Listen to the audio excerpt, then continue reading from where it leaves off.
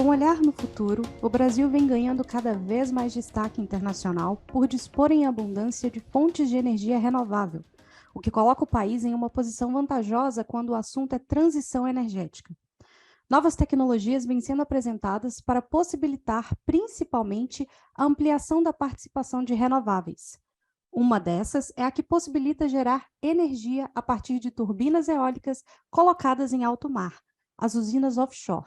A tecnologia, que já é realidade na Europa e na Ásia, ainda precisará de muito investimento e apoio aqui no Brasil, principalmente para viabilizar as operações e o escoamento da energia gerada pelas usinas eólicas offshore. Hoje, quais são as incertezas e desafios que travam a implantação de projetos com essa tecnologia? Você confere o debate sobre o assunto agora em mais um episódio do Way to Cast. Olá a todos que estão nos ouvindo, nos assistindo. Este é o Way to Cast, nosso podcast de conteúdo para transformar a sua relação com a energia. Eu sou a Natália Viegas e no episódio de hoje vamos conversar sobre os desafios na implantação, regulação e geração de energia offshore no Brasil, além de debater como essa tecnologia está envolvida com a transição energética.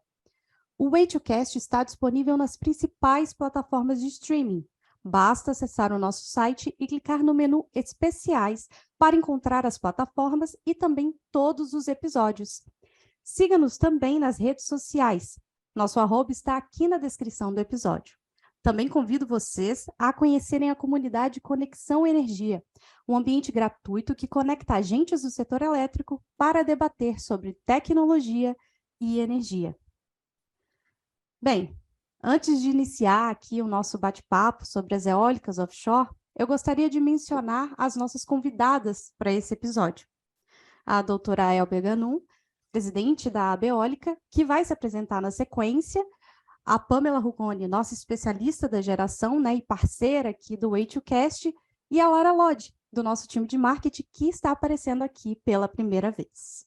Olá, muito obrigada pelo convite, parabenizo pela iniciativa e acho muito importante que esses conteúdos sejam realmente produzidos e divulgados, porque o tema energia é um tema muito amplo, temos muitas possibilidades de discussão, então eu agradeço o convite. Eu sou Elbia Ganum, presidente executiva da Abeólica, estou na associação, este ano completo 12 anos de associação e 23 anos de carreira no setor de energia, sou economista, PhD pela Universidade Federal de Santa Catarina e tenho muita paixão pelo tema de energia, mudanças climáticas e transição energética, que é o tema que permeia este podcast e videocast. Obrigada. Olá, Natália, todos que nos escutam, nos assistem. É sempre uma satisfação participar aqui do HCast e nesse em específico trazer um pouco das perspectivas do nosso setor de offshore. Eu sou Pamela Rugoni, engenheira eletricista, especialista em produtos e inovação aqui na Way2. Atuo há quase 10 anos no setor de energia, numa jornada sempre orientada a temas de regulação, arranjos tecnológicos e toda a prerrogativa de evolução setorial. Então vai ser um prazer discutir esse assunto e também dividir esse momento com a nossa convidada especial, Elbia. Olá, eu sou a Lara. E eu estou aqui do time de marketing, vim dar um apoio e trazer alguns dados aqui sobre o assunto. Obrigada. Boas-vindas a todas vocês. Nós vamos iniciar o bate-papo trazendo um pouquinho de contexto sobre as eólicas offshore e vocês fiquem super à vontade para trazer também suas percepções e opiniões, certo? Bem, nos últimos anos a gente vem percebendo uma movimentação muito forte no mercado para acelerar a transição energética. Cada vez mais a energia gerada por fontes renováveis vem ganhando destaque na matriz energética do país, que registrou no ano passado uma renovabilidade de quase 50%, segundo o Ministério de Minas e Energia. Dentro desse contexto, as eólicas onshore têm uma participação significativa, com um aumento de mais de 12% de 2021 para 2022. Por isso eu queria ouvir de você, Pamela, como as eólicas offshore poderiam se somar ao cenário de transição energética, levando em conta o grande contexto que o país tem para produzir energia por meio dessa, o grande potencial que o país tem para produzir essa energia por meio dessa tecnologia? Boa, Natália. A transição energética, ela já é realidade, né? Ela já está acontecendo. E para que as eólicas offshore se tornem, né, de fato, competitivas nesse cenário, é preciso que a gente crie uma estrutura industrial para isso, né? E esse movimento, ele posiciona estrategicamente o Brasil em relação a essa rota da transição energética. E isso movimenta a economia, né? Isso atrai investimento, isso atrai desenvolvimento tecnológico, acelera a inovação, gera emprego, gera renda. Então, eu vejo a offshore se somando à matriz brasileira num cenário de ampliação de diversificação da matriz. Embora a gente tenha uma matriz muito renovável, né, como você bem trouxe, a gente ainda tem uma matriz também fortemente dependente das fontes hidrotérmicas. Isso vem mudando ano a ano, mas a gente ainda pode diversificar mais, né? Diversificação nunca é demais. Diversificação, ela gera menos volatilidade de preços, ela amplia a segurança energética, então é importante a gente ter esse olhar para as fontes em geral, né? E o papel da offshore na transição, ele é primordial, porque ele consegue permear, ele consegue alcançar espaços muito particulares dessa fonte, né? Seja como uma fonte de descarbonização de segmentos industriais que tem difícil abatimento de emissão, seja como insumo do hidrogênio verde, é impossível a gente falar de eólicas no geral e não conectar com essa pauta, ou seja, como uma ferramenta de acoplamento, né, com outros setores, ali aproximando ainda mais o setor elétrico, do transporte, das indústrias. Então, tem sido visto muito essa fonte como uma estratégia, de fato, de substituição ali de outras fontes em segmentos, especialmente industriais, preocupados em reduzir a sua pegada de carbono, em ter uma demanda cada vez mais para energia limpa. A gente vê muito isso subsidiado, especialmente por empresas exportadoras, né, de produtos, de tecnologia. A gente vê um movimento no mundo todo de introduzir políticas que justamente se preocupam com isso. Recentemente a gente teve um caso sobre taxar importações, né, relacionadas a essa questão da pegada de carbono na produção dos produtos. Então, tudo isso são estratégias que contribuem para essa descarbonização setorizada. Então, quando eu cito ali também a questão do hidrogênio verde, são pautas que andam juntas porque, de fato, né, as eólicas offshore, ela deve impulsionar toda a cadeia do hidrogênio verde que utiliza energia, que precisa, né, de uma energia limpa para ser produzido.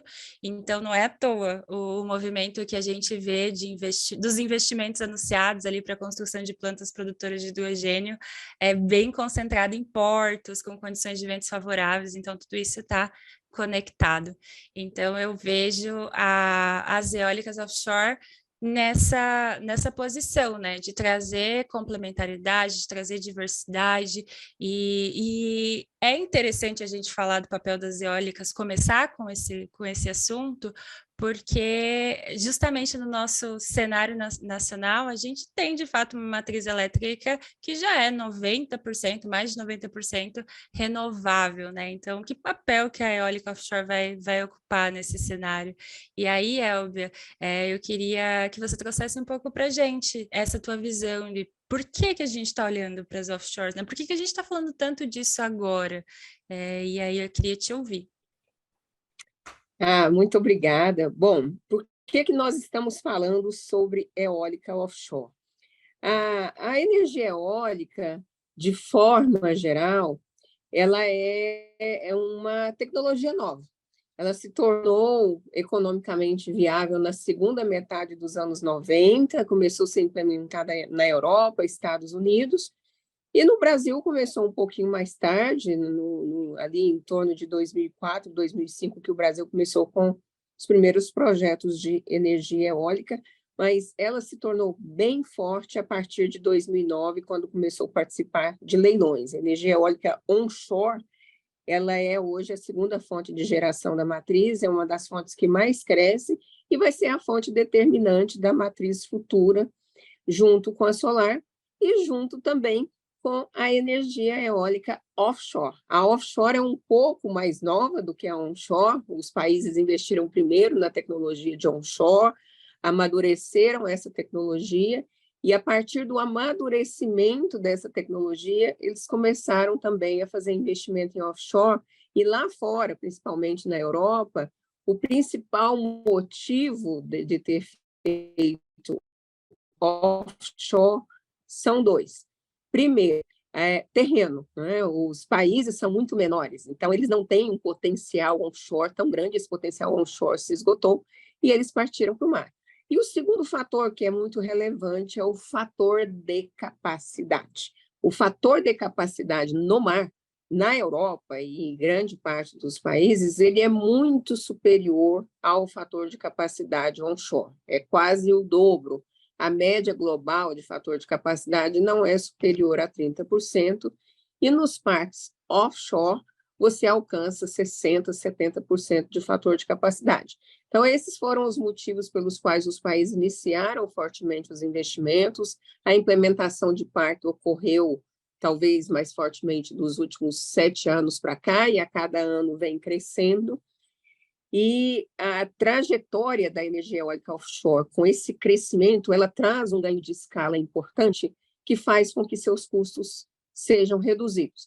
E aí é onde o Brasil entra, porque o Brasil, em tese, não precisaria fazer projetos offshore pela quantidade de projetos onshore que ele tem, fora o que ele pode desenvolver. O Brasil tem um potencial de 800 gigawatts de energia eólica onshore, e a gente não instalou ainda nem 30. Então, a gente tem muito o que fazer em onshore. Mas por que a gente já está olhando e já está se preparando para offshore?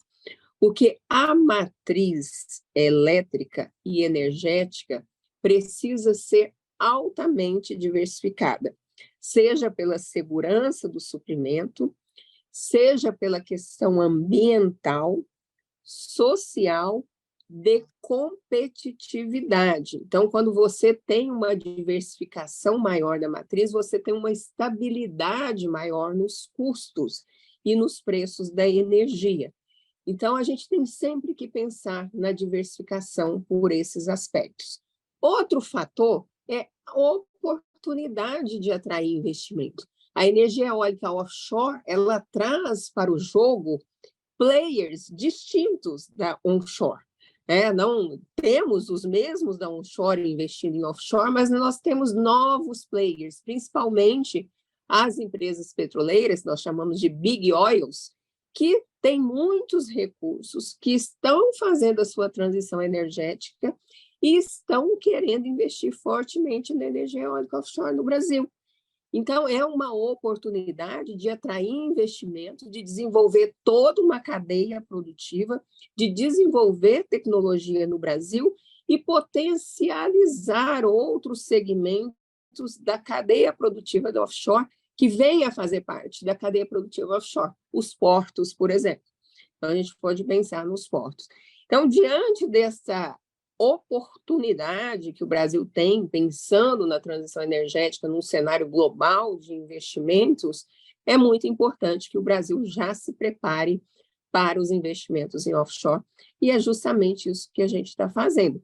Somada a isso, tem o mercado de hidrogênio e hidrogênio verde, que o Brasil tem, por definição, uma competitividade muito maior para desenvolver esses projetos, e a energia eólica offshore também será um fator determinante nesse desenvolvimento de novas tecnologias, no caso do hidrogênio verde.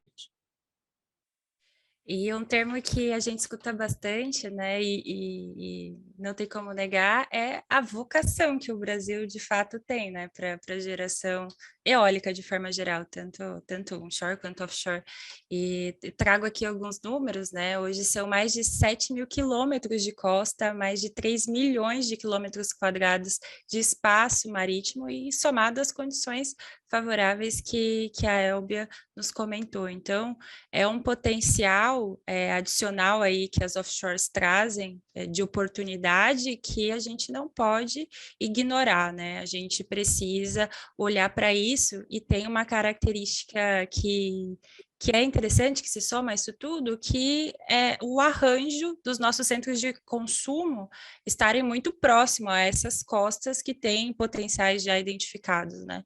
Então, são características bastante favoráveis que a gente pode somar ali numa interligação também do nosso sistema, pensando nessa questão da confiabilidade. A Elbia nos trouxe ali algumas diferenças, algumas características já dos dois arranjos das eólicas, né, offshore e onshore, mas eu queria, Elbia, se você pudesse trazer uma visão comparativa de vantagens e desvantagens, assim, aonde as eólicas offshore, em comparação com a onshore, saem na frente, quais são os desafios comparativamente entre elas? A energia eólica onshore ela já está muito bem desenvolvida no Brasil, do ponto de vista regulatório, do ponto de vista econômico e do ponto de vista de todo um arranjo de cadeia produtiva. Então, a energia eólica onshore ela é realmente uma fonte madura no Brasil. É claro que nós passamos por vários momentos de mudanças tecnológicas e a inovação tecnológica sempre vai acontecer, mas ela já ocorre numa trajetória normal de desenvolvimento tecnológico e o Brasil aproveita muito esses benefícios de cadeia produtiva. Além disso, a energia eólica onshore, que é feita na terra, né, e principalmente no Nordeste, eu estou aqui neste momento na Paraíba, em Campina Grande, a gente está olhando aqui os projetos e as potencialidades do Estado. A energia eólica ela tem a capacidade de trazer renda fortemente para as regiões. Nós fizemos um estudo recentemente, a cada R$1 que você investe em energia eólica onshore, você devolve R$2,9 em termos de PIB para a economia. E na região Nordeste, nós fizemos um estudo no período de 2010 a 2018, mostrando que o PIB na região cresceu 21% e que o Índice de Desenvolvimento Humano Municipal cresceu 20% na região que os parques chegaram. Então, isso traz muita riqueza em termos de cadeia produtiva para a região e é uma riqueza local, por conta do arrendamento das terras utilizadas. Quando você vai para offshore, você já não tem essa questão da distribuição da riqueza no arrendamento. Mas é claro que, ao fazer um parque no mar, os investidores vão precisar pagar para a União por utilizar a área do mar, porque é muito parecido com o uso do petróleo. Você utiliza um bem público, é o uso de um bem público e o uso de bem público vai cobrar alguma coisa para se fazer isso. Mas aí já não vem em termos de renda direta aos proprietários, e sim de recursos, geralmente, para os estados, municípios e para a União. Essa é uma diferença importante. A energia eólica offshore, no mar, como eu mencionei, lá fora você percebe um ganho de fator de capacidade muito grande. No Brasil é diferente. Por quê? A onshore no Brasil é tão maravilhosa que o fator de capacidade já é muito alto. Nós temos regiões aqui no Piauí, no Maranhão, que tem 60% de fator de capacidade. E o nosso fator de capacidade médio está em torno de 45% até 50%. Então, ao ir para o mar, você não tem um ganho tão espetacular em termos de fator de capacidade. Então, esse não seria um fator motivador. Estou indo para o mar só por conta do fator de capacidade. O fator motivador de se fazer eólicas no mar é justamente o que eu falei no primeiro bloco. Você está diversificando, porque onshore e offshore, elas têm complementariedade. E o interessante da offshore é que o potencial brasileiro é em toda a costa brasileira. Então, desde o Nordeste até o Sul, norte, nordeste, sul. E no caso da energia onshore, ela está concentrada mais na região nordeste ou ali na ponta do sul, no Rio Grande do Sul.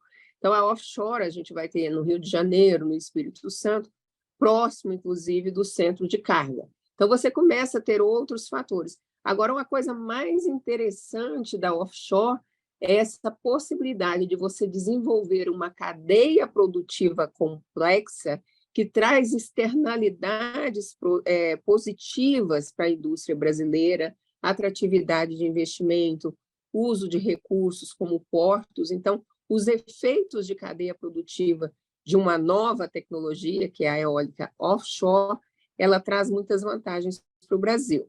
Em termos de desafios, eu nem diria que a eólica offshore tem desafios neste momento, porque ela está tão incipiente que a gente não está falando de desafios, tampouco de gargalos, tampouco de travas. O que a gente está falando? A gente está falando de degraus que a eólica offshore precisa atingir para chegar num determinado estágio de início de projeto, depois de maturidade de projeto.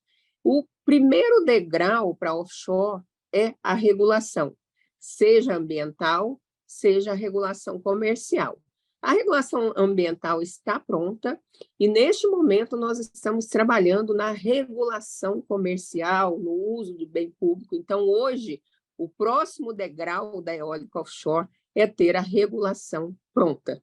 A partir da regulação, nós vamos para os leilões de cessão de uso do mar, quando os projetos serão desenvolvidos para pedido de licenciamento ambiental, que demora em torno de 3 anos para você ter a primeira licença, a licença prévia em mãos. Uma vez com a licença prévia em mãos, estaremos aptos a ir a leilões vendendo nossos projetos ou negociá-los no mercado livre. Uma vez contratada, com PPA em mãos, vamos ao banco de financiamento, fazer o financiamento e construir os primeiros projetos. Isso significa que, nesta hipótese de seguir tudo certinho, degrau por degrau, em 2030, 2031, nós vamos ter os primeiros parques eólicos gerando energia no mar brasileiro. É esse olhar para o futuro que depende de uma estratégia que precisa ser pensada agora, né? A gente está desenhando, viabilizando um caminho para colher resultados lá na frente. E o mundo todo está olhando para isso, né? A gente precisa construir uma segurança jurídica para que os investimentos aconteçam e para continuar essa atração, né? E falando nisso, Elber, você trouxe já alguns pontos, mas eu queria começar a explorar com mais detalhes os assuntos relacionados a investimento. E queria trazer justamente o movimento que a gente vem observando nos últimos meses de várias grandes empresas fazendo parcerias para investir nas eólicas, firmando acordos para identificar áreas que viabilizem o desenvolvimento, né, desses projetos, e justamente as empresas petrolíferas chamando a atenção, né, exemplo, Petrobras, Shell, e esse interesse das petrolíferas, como você trouxe, é uma característica natural, né, esperada, eu diria, justamente por conta do potencial de integração com esse setor, possibilidade de aproveitamento ali de toda a estrutura portuária, logística já existente, de todo conhecimento ali adquirido também em projetos dessa natureza, então há uma integração forte entre as áreas. Queria saber como que você enxerga esse interesse, parceria entre as petrolíferas e o que esperar desse movimento. O interesse dessas empresas tem sido grande, inclusive a primeira vez que eu ouvi falar sobre eólica offshore foi com a Petrobras associada da Eólica, e lá atrás a Petrobras já fez um projeto de P&D, né, de P&D Inovação, para fazer as primeiras medições sobre o potencial offshore lá no Rio Grande do Norte. Então, dali para frente, isso foi 2014, 2015, nós já começamos a olhar para esse mercado e aprender com esse mercado. E a gente aprendeu muito com as empresas na Europa, principalmente, na Dinamarca, na Alemanha, no Reino Unido, e empresas que são empresas que no passado eram petroleiras e agora elas são empresas de energia, elas deixaram de ser petróleo e são energia, porque essas empresas já estão se preparando para a transição energética. Então, elas sabem que em algum momento elas não vão produzir mais combustíveis fósseis. Podem até utilizar o hidrocarboneto, mas já é um hidrocarboneto com captura sem carbono, porque a gente está partindo para uma economia de baixo carbono.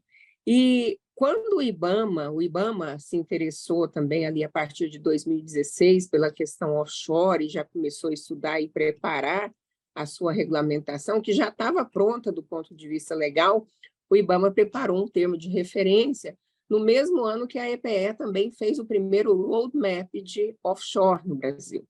E esses movimentos, tanto do IBAMA quanto da EPE, mostrou o potencial do Brasil e os investidores já se interessaram, inclusive protocolaram pedido de licenciamento no IBAMA. Hoje nós temos mais de 170 gigawatts de projetos no IBAMA, que é quase um Brasil, porque o Brasil tem 190 gigawatts de capacidade instalada.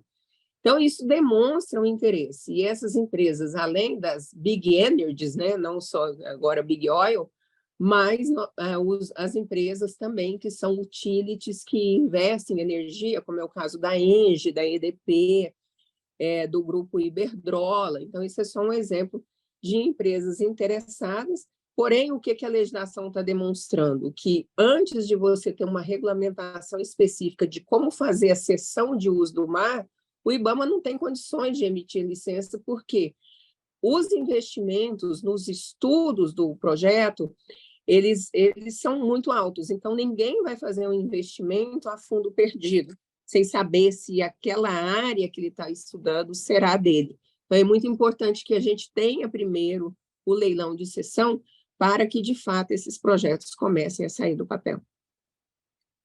Esse é os degraus que você menciona, né? Que a gente precisa, passo a passo, começar a percorrer.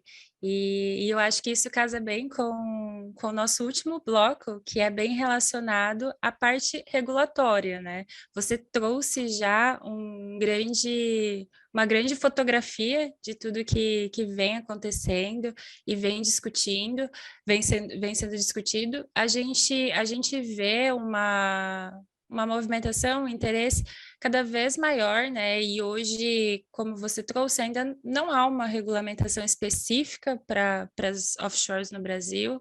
A ANEEL ainda não estabeleceu essas normas, né? Ela vem trabalhando para isso, em parceria ali com órgãos do governo.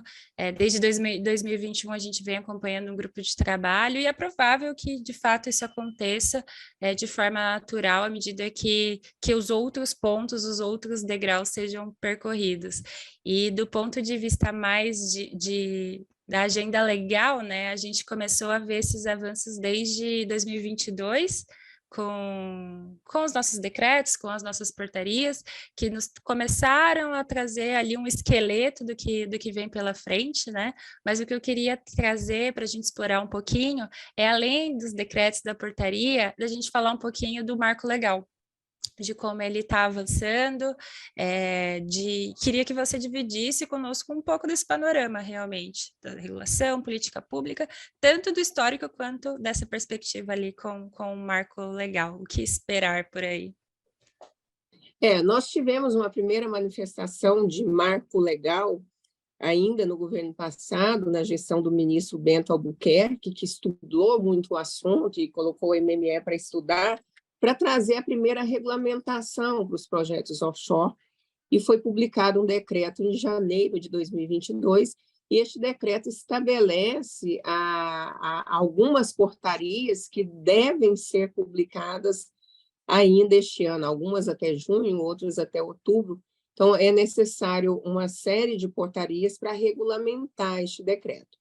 Aí nós tivemos a mudança de governo, e o cenário que a gente está enxergando agora é que este governo pretende fazer offshore por lei, né? Há um espaço para fazer por decreto, mas a lei ela seria mais completa, porque está tratando de offshore e não é só de eólica no mar, pode ter solar também. Então, o projeto de lei ele é muito mais amplo, ele trata da cessão de uso, do pagamento aí desse uso do bem público. Então, ele é realmente muito mais substancioso, muito mais robusto. E o que a gente está discutindo agora neste governo, que pretende levar até então a sinalização que nós temos, o assunto por lei, nós estamos discutindo como que será essa lei. Essa lei ela foi aprovada no Senado Federal e agora está na Câmara dos Deputados. E a gente está discutindo agora com a Câmara algumas modificações para que ela seja levada a voto e depois ela volta para o Senado e aí sim será fechada. Então, nós estamos hoje com essa agenda forte do PL, que é o projeto de lei, e hoje o relator é o deputado Zé Vitor, que é o PL 576, de autoria do senador Jean Paul, que agora é presidente da Petrobras e que está nos dando uma força muito grande nesse projeto de lei. Então, nós esperamos que esse projeto de lei seja aprovado este ano, de preferência no primeiro semestre, a gente está fazendo um esforço, e aí a gente pretende depois partir para a regulamentação, que vem decretos, portarias, e lá no finalzinho, a regulação ANEEL. A regulação ANEEL ela vem por último, porque ela depende da lei, do decreto e das portarias ministeriais. Offshore é diferente do resto das fontes de energia do setor, porque envolve outras instituições, a Marinha, a Aeronáutica, a SPU, o que eu costumo chamar de 9 casas envolvidas no processo de regulamentação dos projetos eólicos offshore, e que a gente está discutindo bastante isso na lei e, posteriormente, vamos discutir no decreto. Certo. Olha, está muito interessante esse bate-papo, eu estou aprendendo muita coisa aqui.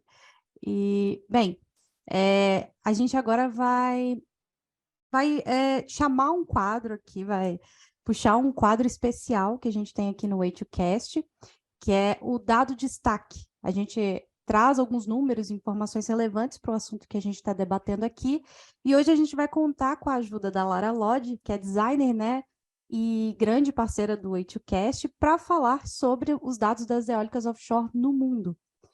Olá, Lara, seja bem-vinda. Olá, pessoal. Então, gostaria de agradecer a vocês pela presença aqui no Way2Cast, né, para falar de um assunto que é bem relevante, como este.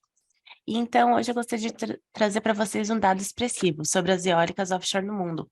Segundo o relato do Global Wind Energy Council, GWEC, divulgado no ano passado, 2021 foi o melhor ano para a geração eólica offshore, registrando 21,1 gigawatts comissionados, 3 vezes mais do que foi registrado em 2020.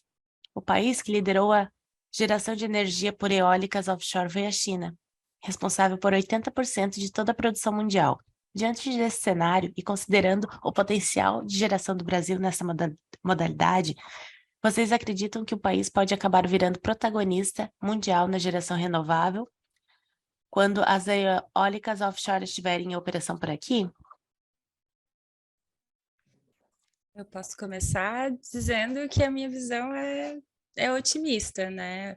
O fato da gente ter uma grande extensão de costa, condições favoráveis de vento, como falamos, e somado também, né, às outras fontes que já temos ali um potencial e um protagonismo interessante. Uma matriz hoje já predominantemente renovável, então a dianteira das offshores com certeza amplia, né, ainda mais a nossa participação e nos posiciona em condições de protagonismo. Agora é trabalhar para viabilizar tudo isso com políticas consistentes de longo prazo para o setor.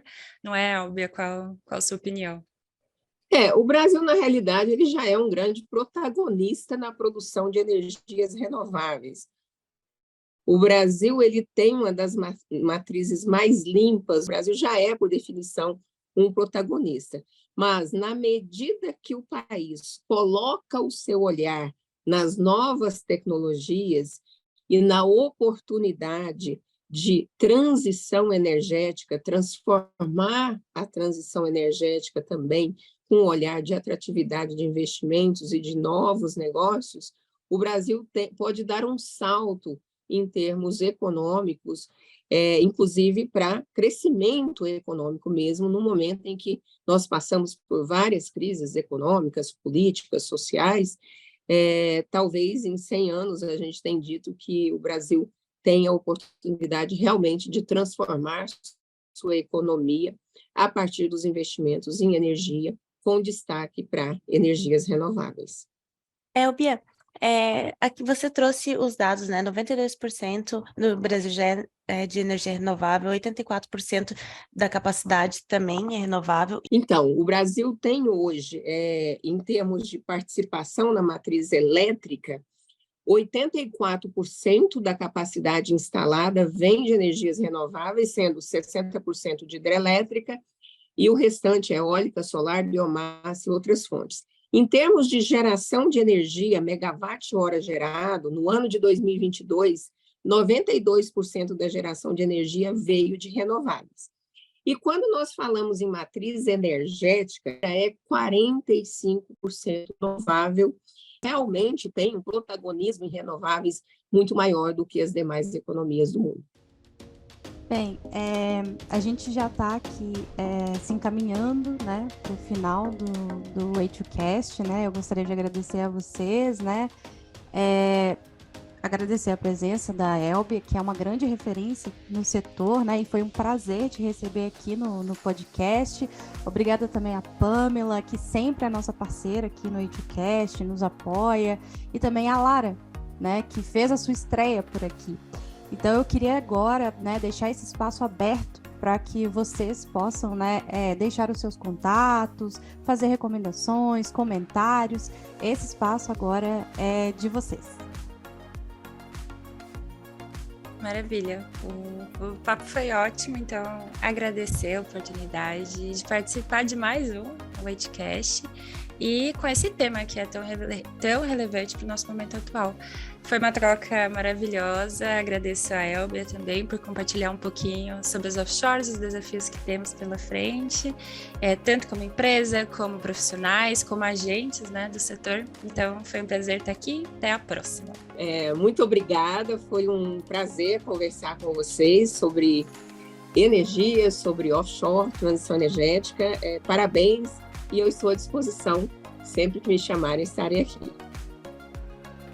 Bom, obrigada também.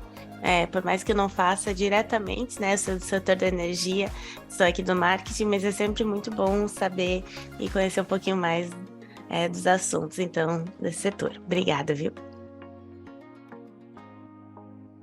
Bom, esse foi mais um episódio do Way2Cast, uma iniciativa da Way2 Tecnologia.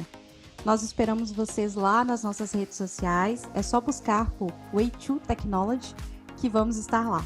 E se você quiser deixar a sua pergunta ou sugestão de tema, é só mandar um e-mail para marketing@way2.com.br.